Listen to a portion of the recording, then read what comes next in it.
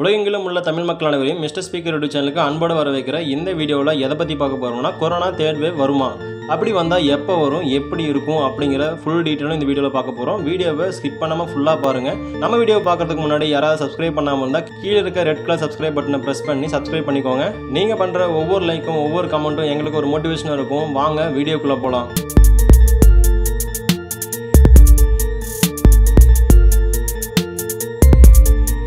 இந்தியாவில் already delta, அதாவது கொரோனாவோட அடுத்த வேரியண்ட்டான டெல்டா இருக்கும்போதே புதுசாக ஒரு வேரியண்ட் வந்து ரிசர்ச் மூலிமா தெரிய வந்திருக்கு.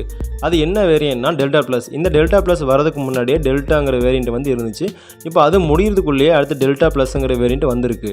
இந்த டெல்டா அண்ட் டெல்டா ப்ளஸ் எல்லாமே பார்த்தீங்கன்னா கொரோனாவிலேருந்து உருமாறி வர வேரியண்ட் தாங்க. சொல்லப்போனால் கொரோனாவோட அப்டேட் வெர்ஷன் சொல்லலாம். இந்த டெல்டா ப்ளஸ் வேரியண்ட் பார்த்தீங்கன்னா முதல்ல US, UK போன்ற நாடுகளில் தான் இருந்துச்சு. இப்போ IIT கான்பூரில் நடந்த ரிசர்ச் மூலிமா என்ன கண்டுபிடிச்சிருக்காங்கன்னா இந்தியாவோட இந்த டெல்டா ப்ளஸ் வேரியண்ட் வந்து இருந்திருக்கு, ஸ்ப்ரெட் ஆயிருக்குன்னு சொல்லி இந்த ரிசர்ச் மூலமா தெரிய வந்திருக்கு. இந்த ரிசர்ச் மூலமா டெல்டா பிளஸ்னு கன்ஃபார்ம் பண்றதுக்கு முன்னாடி இந்தியாவில் பல இடங்களுக்கு பார்த்தீங்கன்னா டெல்டா பிளஸ்ங்கிற வேரியண்ட் வந்து ஸ்ப்ரெட் ஆயிருக்கு. தமிழ்நாடு உட்பட இந்தியாவில் மொத்தம் 11 ஸ்டேட், அதாவது 11 மாநிலங்களுக்கு பார்த்தீங்கன்னா இந்த டெல்டா பிளஸ்ங்கிற வைரஸ் வந்து ஸ்ப்ரெட் ஆயிருக்கு. தமிழ்நாட்டில் இப்போதான் பார்த்தீங்கன்னா ஒரு 11 மாவட்டங்களை ரெட் ஜோனாக அறிவிச்சு மற்ற மாவட்டங்களில் வந்து தளர்வுகள் கொஞ்சம் கொஞ்சமாக கொடுத்துட்டு வந்துட்டு இருந்தாங்க. அது போக இப்போ அந்த 11 மாவட்டங்களுக்கு ஒரு சின்ன சின்ன தளர்வுகள் வந்து கொடுக்குற மாதிரியா இருந்துச்சு. இப்போ இந்த டெல்டா பிளஸ்ங்கிற புது வேரியண்ட்னால மறுபடியும் இந்த தளர்வுகளை வந்து திரும்ப பெறதுக்கும் வாய்ப்பு இருக்கு. இந்தியாவில் இப்போதைக்கு 45,000 டெஸ்ட் ரிசல்ட் மூலமா கிடைச்ச ரிப்போர்ட் படி 48 டெல்டா பிளஸ் கேஸ் பார்த்தீங்கன்னா இப்போதைக்கு இந்தியாவில் இருக்கு. இந்த 48 கேசஸ் இந்தியாவில் வந்து எந்தெந்த ஸ்டேட்ல இருக்குன்னா மகாராஷ்டிரா, தமிழ்நாடு, மத்திய பிரதேஷ், கேரளா, பஞ்சாப், குஜராத், ஆந்திர பிரதேஷ், ஜம்மு காஷ்மீர், கர்நாடகா, ஒடிஷா, ராஜஸ்தான்ங்கிற 11 ஸ்டேட்ல இருக்கு. அங்க எவ்வளவு இருக்குன்னு பார்த்தீங்கன்னா மகாராஷ்டிரா தாங்க இருக்கிறது ஹையஸ்டா இருக்கு. மகாராஷ்டிரா மொத்தமே 20 கேசஸ் இருக்கு. தமிழ்நாட்டில் 9 கேசஸ், மத்திய பிரதேசில் 7 கேஸும், கேரளாவில் 3 கேஸும், பஞ்சாப், குஜராத்தில் 2 கேஸும், ஆந்திர பிரதேஷ், ஜம்மு, கர்நாடகா, ஒடிஷா, ராஜஸ்தான் போன்ற மாநிலத்தில் பார்த்தீங்கன்னா 1 கேஸ் இருக்கு. இப்படி மொத்தமாக பார்த்தீங்கன்னா 48 கேஸ் இந்தியாவில் இருக்கு. அதுலேயும் பார்த்தீங்கன்னா தமிழ்நாடு டெல்டா பிளஸ் கேஸில் 2வது இடத்துல இருக்கு. ஆல்ரெடி பார்த்தீங்கன்னா செகண்ட் வேவ்லேயே தமிழ்நாடு ரொம்ப அடிபட்டு இருந்துச்சு. இப்போ தான் கொஞ்சம் கொஞ்சமாக ரெக்கவர் ஆகிட்டு வந்துட்டு இருந்த டைமில் இப்போ மறுபடியும் டெல்டா பிளஸ் கேஸில் செகண்ட் பிளேஸில் இருக்கு.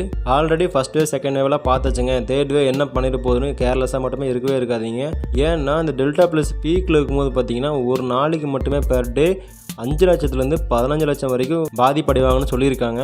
இந்த தேர்ட் வேவ் இல்லைனா டெல்டா ப்ளஸோட எஃபர்ட் வந்து நமக்கு எப்போ காட்ட ஆரம்பிக்கும்னா செப்டம்பர் மந்த், அதாவது இன்னும் 2 மாதம் தான் இருக்குது. 2 மாதத்தில் பார்த்தீங்கன்னா இந்த டெல்டா ப்ளஸோட எஃபர்ட் காட்ட ஆரம்பிக்கும். இந்த 2 மாதத்தில் பார்த்தீங்கன்னா தமிழ்நாடு ஆகட்டும், இந்தியாவாகட்டும் ஒரு பெரிய ப்ராப்ளத்தை பார்த்தீங்கன்னா ஒரு ஃபேஸ் பண்ண போகுது. ஒரு நாளைக்கு 5 லட்சம் 10 லட்சம் கேஸ் இன்க்ரீஸ் ஆகும்னு சொல்லும்போது நம்ம தாங்க கேர்ஃபுல்லாக இருக்கணும்.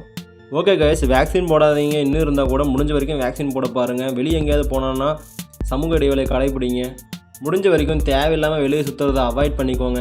சொல்லப்போனால் பார்த்தீங்கன்னா ஃபஸ்ட் வேவ் செகண்ட் வேவ்னு சொல்லிட்டு கண்டினியூஸாக வந்துட்டு தான் இருக்குது. ஸோ நம்ம தான் சேஃபாக இருந்துக்கணும். ஆல்ரெடி நிறைய பேர் நம்ம இழந்திருப்போம். இழந்தவங்களுக்கு தான் அந்த பாதிப்பு என்னென்னு தெரியும். ஸோ ப்ளீஸ் கேர்ஃபுல்லாக வீட்டிலே இருங்க, வெளியே எங்கேயும் போகாதீங்க. இந்த வீடியோ உங்களுக்கு யூஸ்ஃபுல்லாக இருந்திருக்குன்னு நினைக்கிறேன். இந்த வீடியோ பிடிச்சிருந்தா மறக்காமல் லைக் பண்ணுங்கள், கமெண்ட் பண்ணுங்கள், ஷேர் பண்ணுங்கள். நம்ம சேனலை சப்ஸ்கிரைப் பண்ணாமல் தான் சப்ஸ்கிரைப் பண்ணிக்கோங்க. உங்களை நான் அடுத்து இன்னொரு வீடியோவில் பார்க்குறேன். Until then bye bye from admin of Mr speaker.